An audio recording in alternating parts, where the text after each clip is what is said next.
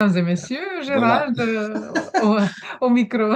on va commencer avec l'enfance parce que, tu sais, moi, depuis que j'étais tout petit, en fait, alors moi, contrairement à Pierre, c'est vrai que je suis issu comme d'une famille où il y a pas mal de courants spirituels, on va dire, ou d'approches spirituelles, alors plus ou moins intenses. Tout est un peu représenté au niveau philosophique ou façon de penser ou les spiritualités, il y en a plein de sortes. Mais ma mère, par exemple, ne m'a jamais imposé quoi que ce soit, et pourtant elle avait déjà une ouverture spirituelle, mais c'est venu spontanément, c'est-à-dire que tout petit, je me souviens, l'un des premiers, enfin il y en a eu d'autres avant, mais l'un des premiers souvenirs, je devais avoir 2 ans ou 3 ans, je me souvenais de plein de choses, c'est-à-dire même des choses qui n'étaient pas actuelles, c'est-à-dire qui n'étaient pas de cette vie-là.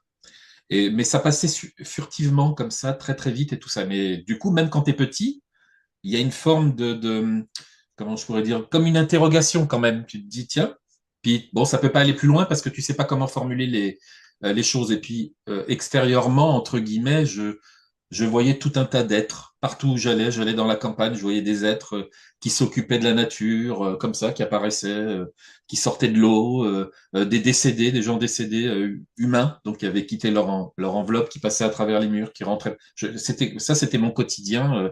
J'allais dire, c'était 24 heures sur 24. Alors des fois, c'était un peu intéressant parce que j'avais le ressenti on m'envoyait comme des connaissances ou comme du savoir, comme si qu'on m'instruisait de quelque chose. Et il y avait des moments, c'était l'inverse, c'est-à-dire c'est comme si moi, je transmettais quelque chose à tous ces êtres qui étaient voilà, fluidiques, très fluides et tout ça. Donc il y avait un espèce d'échange très naturel, très simple. Voilà. Et puis même à cet âge-là, j'avais plein d'interrogations.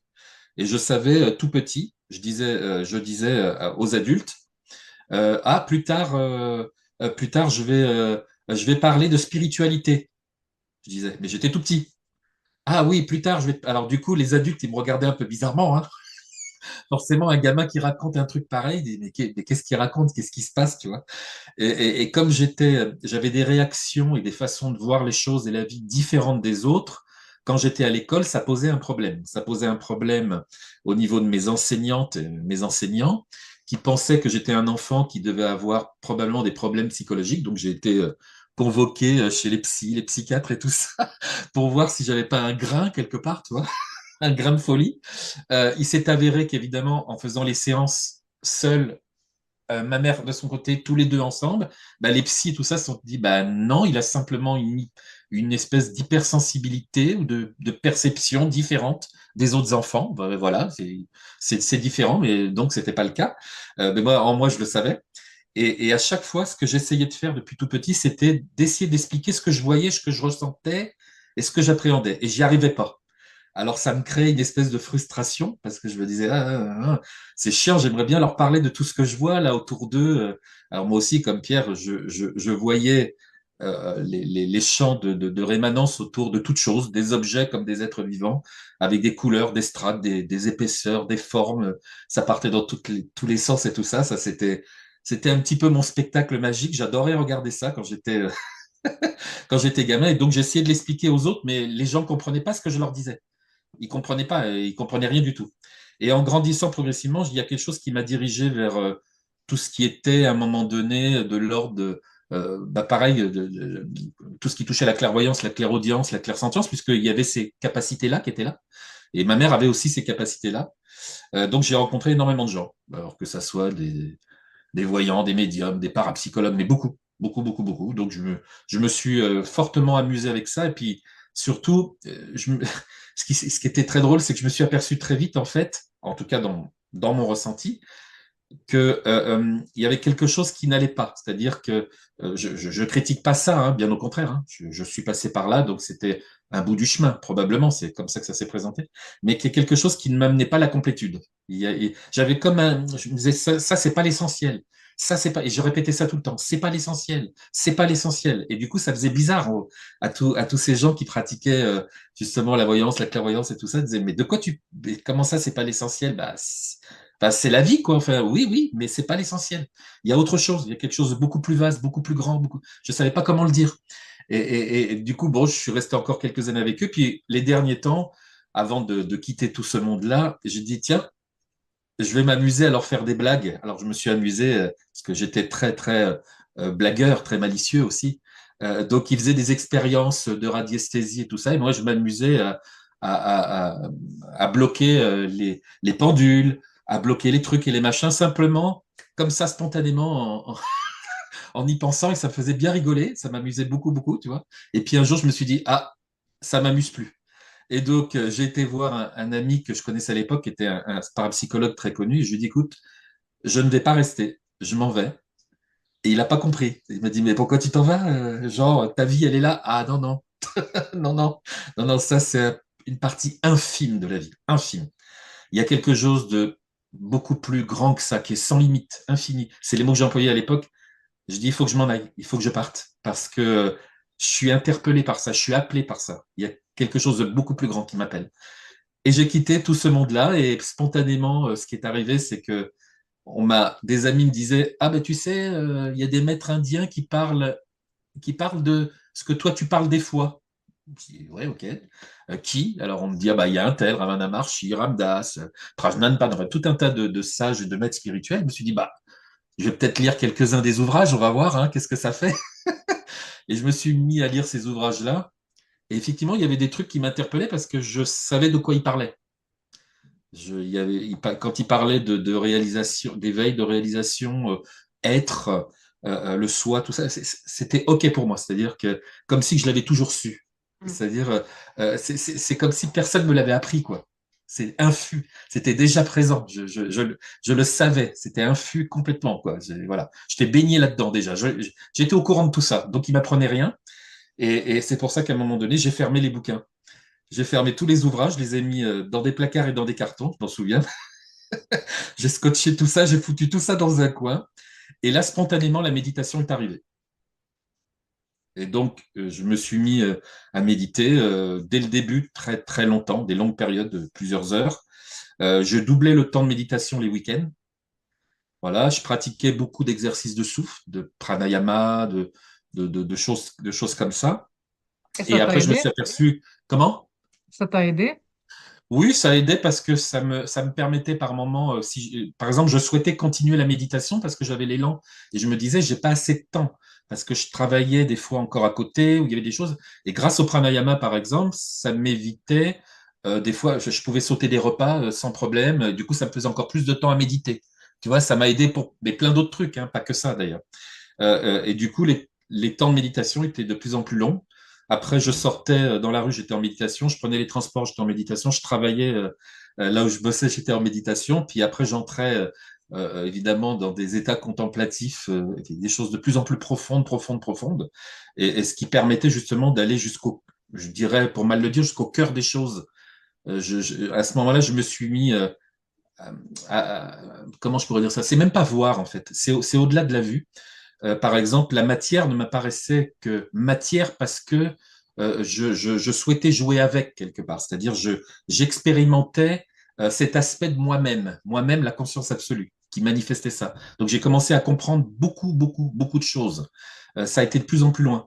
De plus en plus, je me suis aperçu que tout ça, c'était que des aspects, en fait. C'était que comment dire, c'était que de la surface, de la périphérie. C'était pas du réel. C'était pas le vrai réel. Je le sentais au plus profond de moi et je voyais que plus j'observais ça, mais pas observé en tant que humain, pas avec des yeux physiques, intérieurement, plus ça s'amusait à regarder ça, plus l'objet disparaissait. Et là, je me suis dit, tiens, c'est incroyable, l'objet, il est là ou il n'est pas là?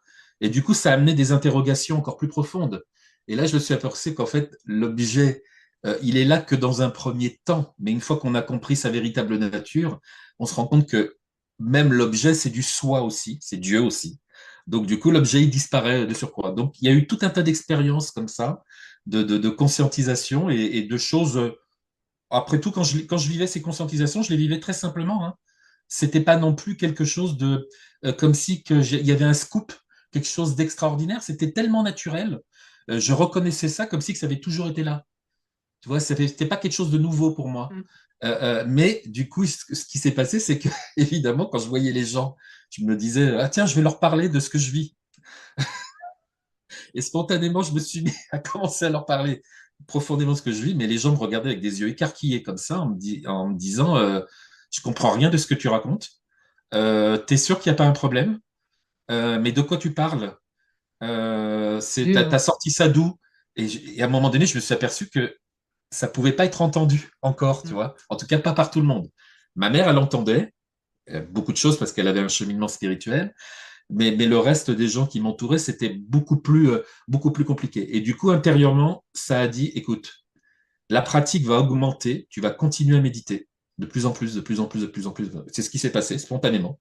Et du coup, il y avait des moments où j'étais en méditation pendant je sais pas combien de jours d'affilée, 24 heures sur 24, voilà, même plus manger, même plus boire des fois aussi. Il y avait des choses comme ça qui se sont présentées. Et un jour, au bout j'allais dire d'une quinzaine d'années de pratique, un matin un peu, c'est un peu comme ça que ça s'est passé, hein. Je me suis levé, puis sorti de mon lit, ça a dit tout simplement, bah, là, c'est plus la peine de méditer. C'est plus la peine. Et du coup, il y avait une évidence d'être. Et donc, quand je regardais tout autour de moi, je voyais que tout est. C'était comme ça que c'était vécu. Et, et- et du coup, c'était drôle parce que à partir de là, alors c'est marrant parce que sans que les gens sachent forcément ce qui se passait dans ma vie, entre guillemets, de ces pratiques, de tout ce qui avait été vécu, hein, les gens commençaient de plus en plus spontanément à venir me voir pour me poser des questions dans la rue, n'importe où. J'allais faire mes cours partout. Comme ça, spontanément, ils venaient me raconter leur vie. Ça a duré, je sais pas, ça fait 35 ou 37 ans, comme ça dans la rue. Ils m'interpellaient pour me demander, par exemple, telle rue, c'est là-bas, oui. Alors, il fallait que je vous dise, ils me racontent leur vie. Ça dure 1 heure. Puis au bout d'un moment, je ne sais même pas pourquoi je vous ai dit ça. Je dis, mais c'est très bien, c'est parfait. Puis chacun partait de son côté. Et Tu te souviens, c'était très Gérald, drôle, quoi. Mm. Tout tu se te faisait souviens, comme ça. Gérald, quand on a fait les courses ensemble au supermarché à Paris une fois, on était allés au supermarché ensemble et il y a une dame qui t'a parlé en créole. Tu te Ah rappelles pas? oui, oh là là, Et, c'est vieux ça. et la dame, elle t'a parlé pendant au moins 45 minutes, elle t'a raconté sa Toute vie sa en vie. créole et tout. Et Gérald disait oui, oui, et tout ça. Et puis à la fin, la dame, elle dit merci beaucoup en partant. Et Gérald, je lui dis, tu parles créole? Ça s'est fait comme ça, ce genre, c'était trop drôle. Enfin, tu vois, c'est marrant comment les choses se sont faites. Et du coup, à partir de là aussi, ce qui s'est passé, c'est que beaucoup de monde, spontanément, se sont dit, bah tiens, on en a rencontré un tel, tu peux aller parler avec lui, tu sais, il a une très bonne oreille, une bonne écoute, et ça s'est fait, ça a démarré comme ça en fait. Ça a démarré comme ça, et il y a eu de plus en plus de monde, une espèce de bouche à oreille. Et les gens me disaient, quand ils arrivaient des fois la première fois, ils me disaient, mais qu'est-ce que vous faites comme technique? Et je disais, bah, j'ai pas de technique. Vous avez une approche? Vous avez eu des formations? Non, j'ai pas de formation, pas d'approche, rien. Bah alors, comment ça se passe? Ah, bah, ça se passe, je répondais. Et après, on parlait, et spontanément, évidemment, je sais qu'il y avait personne, puisque, comme il dit Pierre, même le corps, tout ça, c'est ce que c'est, mais en même temps, il y a pas tout ça, quoi. C'est au-delà de tout ça, et ça se faisait tout seul. C'est-à-dire que personne n'était là pour dire, à moi, je vais vous apprendre quelque chose, je vais vous permettre de vous libérer. Non, pas du tout. Les choses, elles se faisaient toutes seules, et c'était différent d'un individu à l'autre, parce que c'est comme si, en fait, ça s'adaptait à l'histoire, entre guillemets, de chacun. Voilà, tu vois, c'est grosso modo, parce que je peux pas m'étaler, sinon je pourrais parler pendant des heures hein, de tout ça, mais Ouais. on n'en sortirait pas là.